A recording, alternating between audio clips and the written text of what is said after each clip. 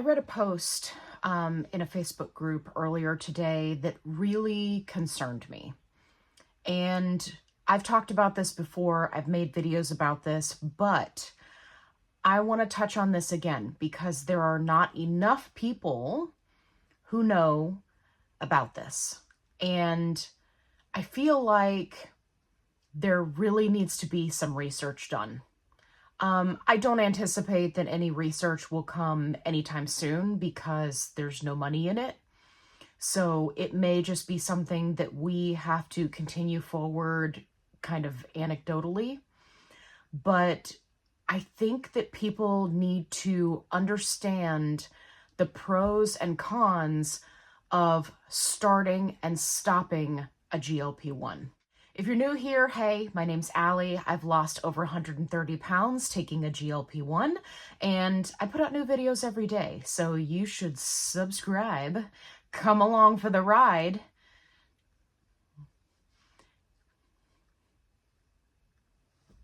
Okay.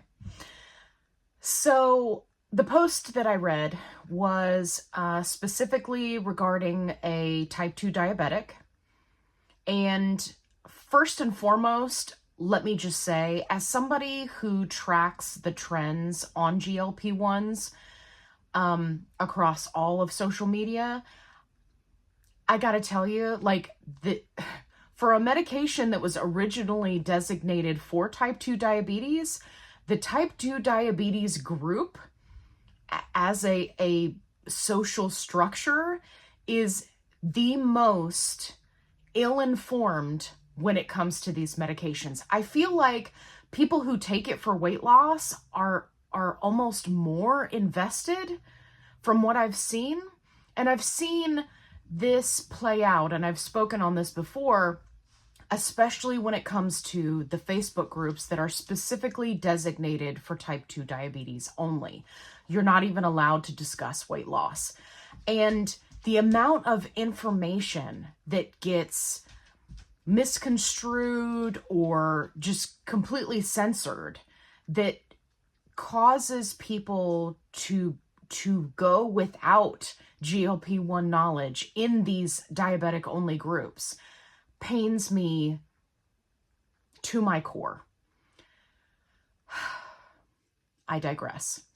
So the person who was posting type 2 diabetic, and they stated that they've been on the medication for a year and that they haven't, lost any weight recently, and they're on 12.5, Mounjaro specifically.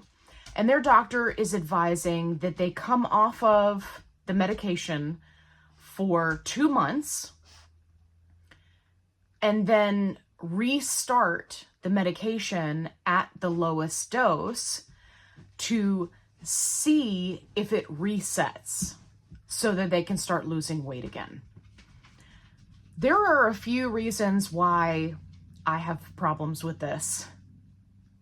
First and foremost is based solely off of this person's post. It is 1,000,000% clear to me that the doctor did not discuss the pros and cons, which we are going to discuss now. And it's a very short list, so strap in. This one's an easy one. So, pros is you may, in fact, be able to restart at the smallest dose, and you may be able to restart weight loss. It's a 50-50 shot.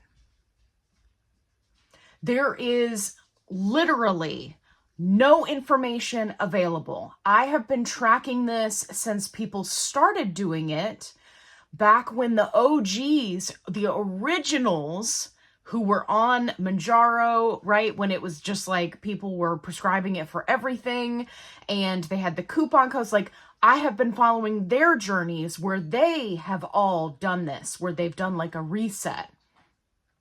The thing is, I have not been able to find any commonality, any determining factors, nothing. It is literally, and this is anecdotal, of course, right? Obviously, I'm not doing some kind of in-depth research study with controls and all that. It's just based off of my own information that's, readily available and has been for the last 2 years. There is literally nothing that you can use to help you determine if you will be successful or not if you do a reset. There's nothing. I've tracked people who've lost tons of weight, people who only needed to lose a little bit of weight, people who were type 2 diabetics, people who were not type 2 diabetics, Hashimoto's, PCOS, like the list goes on and on and on. And the data is just, it's literally all over the place. There is no common determining factor that you can find on a surface level. Let me say that. I'm sure if somebody actually did a research study, that they would be able to figure something out. Is it related to the 4 types of obesity? Is it related to the 4 types of obesity, right? And if you haven't watched my video describing those so you can figure out which types of obesity you have, make sure you go check that out. We don't know. Is it related to being type 2 diabetic or not? We don't know. Is it related to how much weight you still need to lose to get down to a healthy range? We don't know.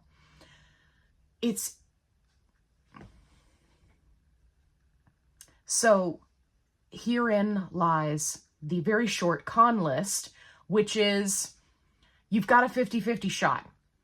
And if it doesn't work out for you, if you flip that coin and you decide to give it a try and you do a reset and you go 2 months without your meds, right? If you're type 2 diabetic, I imagine if your doctor is responsible, they'll put you on something else, right? In the interim. And then you come back to it, right? And you don't have success.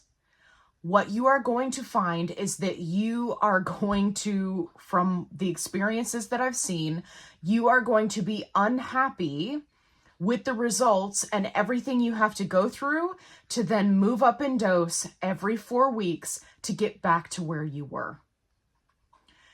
What do I mean by unhappy? Some people don't have appetite suppression anymore. Some people gain weight. They gain back the inflammation.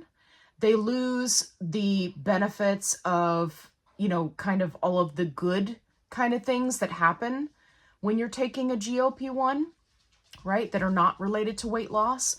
And they don't see those things return until they get back to that higher dose. The other thing that no one's talking about, which I can guarantee you this doctor didn't talk about, is so your type 2 diabetes is controlled by Mounjaro.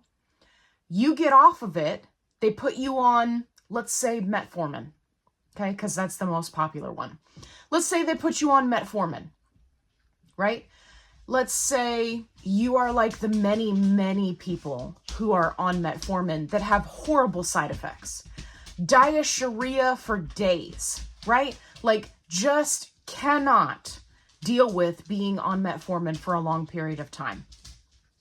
So then you're miserable for 2 months, either bouncing around between other medication options or being miserable on metformin, only to then have your A1C controlled, try to get back on Mounjaro, and your insurance company says,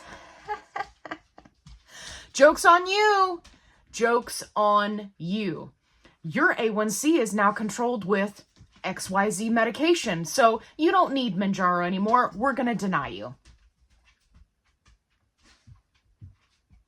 I would be willing to bet money, big money, this doctor did not go over this with the patient. Hey, so you're not even on the highest dose of Mounjaro, but we're going to do this thing called a reset that only has a 50-50 chance of working for you, and it could lead you to be pretty miserable for a couple of months, either 2 months while you're not on the meds, or many, many months as we get you back up in dose. Yeah. Oh, and by the way, if we take you off of it because insurance companies are just straight up bastards, they may just deny you completely, and we may have to just make it work with whatever medication you're on. Does that sound good to you?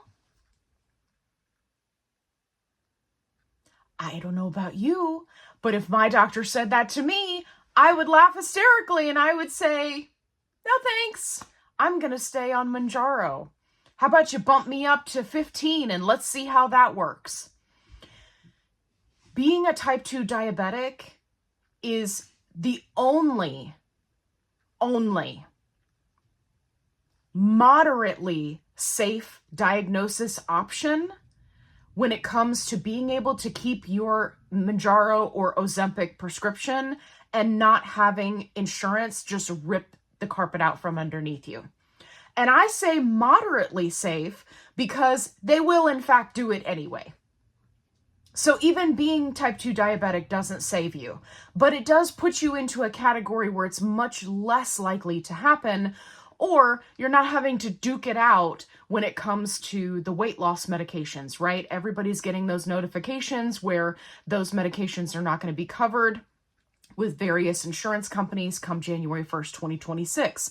So being type 2 diabetic, it provides you a little bit of security, but it's not 100%. We as patients are not in a patient care driven healthcare system. Okay? We are in a money-based care system. And if you do something and they look at it and say, hey, this could save us some money, then you're just going to be screwed. And I'm not saying that to upset anyone. I'm saying it because no one else is saying it. People are just willy-nilly like, hey, I'm on Mounjaro. Let me just switch over to Ozempic and for maintenance and see if that does better. Then they try to switch back and their insurance company goes, no. Hey, I've been on this medication and it's working. It's working. Stop saying it's not working. If you are not gaining weight, if you have an A1C that is controlled, if you're type 2 diabetic, if you are able to do all the things that you couldn't do before a GLP1, right?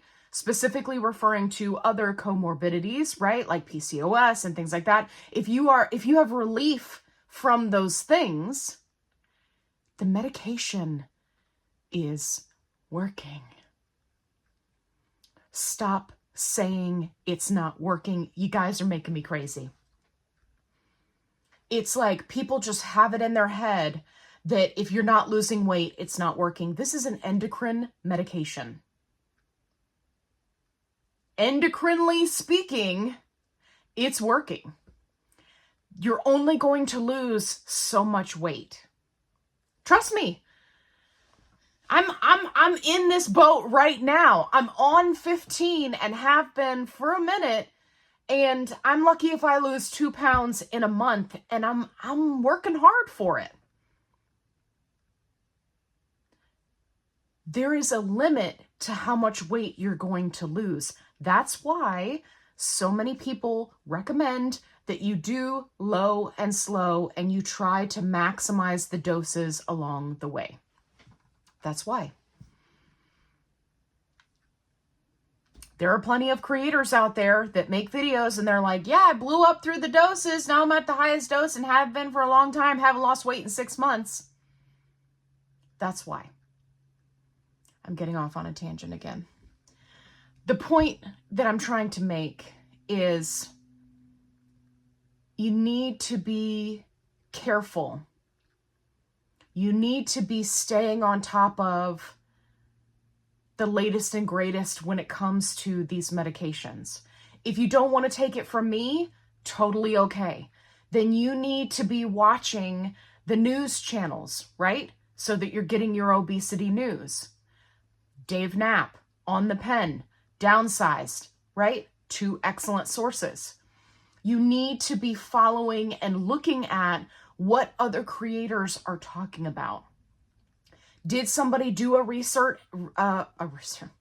Did somebody do a reset and they were successful? What did they do? What conditions did they have beforehand? In the insurance climate that we are in today, you've got to do your research. I'm sorry, there's just no other choice. And I know that there are still many individuals who are not super active when it comes to their healthcare. They just go along to get along and do whatever their doctor tells them. And if you're one of those people, I completely understand. That's what we were taught to do for many, many years. We are in a new age now. We are in a new age where doctors are completely overloaded, from your family physician to various specialists. You must take an active role in your own healthcare. The days of blissfully just following advice from your doctor that you've been seeing for, however many years, those days are gone. And I'm not saying that as a dig at doctors. I feel like what is being done to them is completely unfair. And especially if you're somebody who's seeing a GP, you can't expect them to know everything about specifically what you are going through. It's just not realistic. They don't even know who you are. They don't know your name until they look at that little chart and they look at their tablet or their folder or the piece of paper. They open up the folder, manila folder, right? And they're like, oh yeah, Susie, type 2 diabetic on Mounjaro. Okay. Didn't lose any weight last 2 months. Okay. They don't know you. And they most certainly don't know you the way you know you. So please, make sure that you take an active role in your healthcare, no matter what your conditions are. And do the same for your family. If you have children, if you have spouses, if you have elderly, aging parents, whatever the case may be, get in there and get active.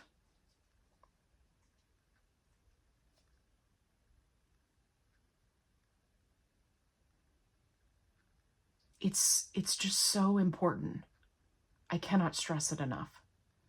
If you enjoyed this video, please give me a thumbs up. If you haven't already, subscribe. I'd love to have you along for the ride. If you are new to a GLP1, please jump over to my newbies playlist, or you can check out my course, which is free for newbies, where I go over everything that you need to know being on a GLP1. And as always, be kind, rewind.